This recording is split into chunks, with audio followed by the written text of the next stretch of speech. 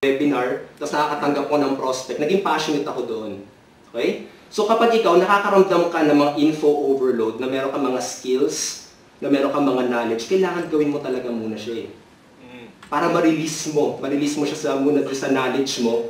Tapos kapag sa tingin mo hindi ka nag-e-enjoy sa ginagawa mo, pwede mo yun itapon. Tapos mag-focus ka kung saan ka nag-e-enjoy at mag-focus ka lang doon. Okay? May reason kung ba't di ako masyadong nagre-written blog. Kung sa mga nagpa-follow sa akin, lagi ako video. Kasi hindi ako nag-e-enjoy sa written blog. Tamad ako magsulat. Tamad ako mag-type. Saka ang daming grammar pa.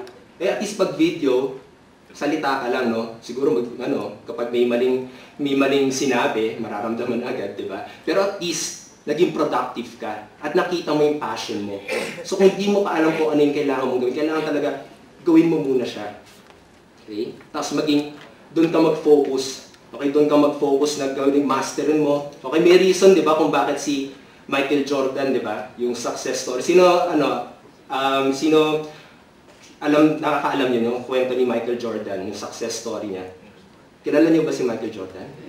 Okay, so yan. Kasi di ba nakaka-amaze lang yung kwento niya na una, basketballista siya.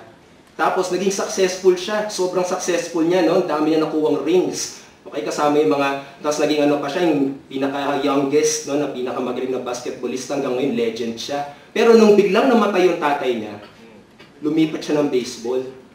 Ngayon, nag-knowledge na naman siya. Inara niya yung mga tamang swing, yung rules. Pero yun, naging katawa-tawa siya sa baseball. Diba? Pero nung bumalik siya sa basketball, alam ko nakapanalo na naman siya ng mga 2 rings ata, mga ganun, diba? Ang dami na naman. So, focus on the things that you love. At para malaman mo yun, kailangan gawin mo muna yung mga napag-aralan mo. Katulad mamaya may tuturo mga video, try mo muna. Kapag di mo talaga feel, doon mo na masasabi na kailangan mo na ibang strategy. At least alam mo na. Di mo na kailangan mastery ng sobra-sobra tungkol sa video marketing. Okay? Katulad vlogging. Hindi mo talaga trip magsulat. Baka video para sa'yo. Malalaman mo lang yun kapag ginawa mo siya. Okay? So, nagets ba? Yes.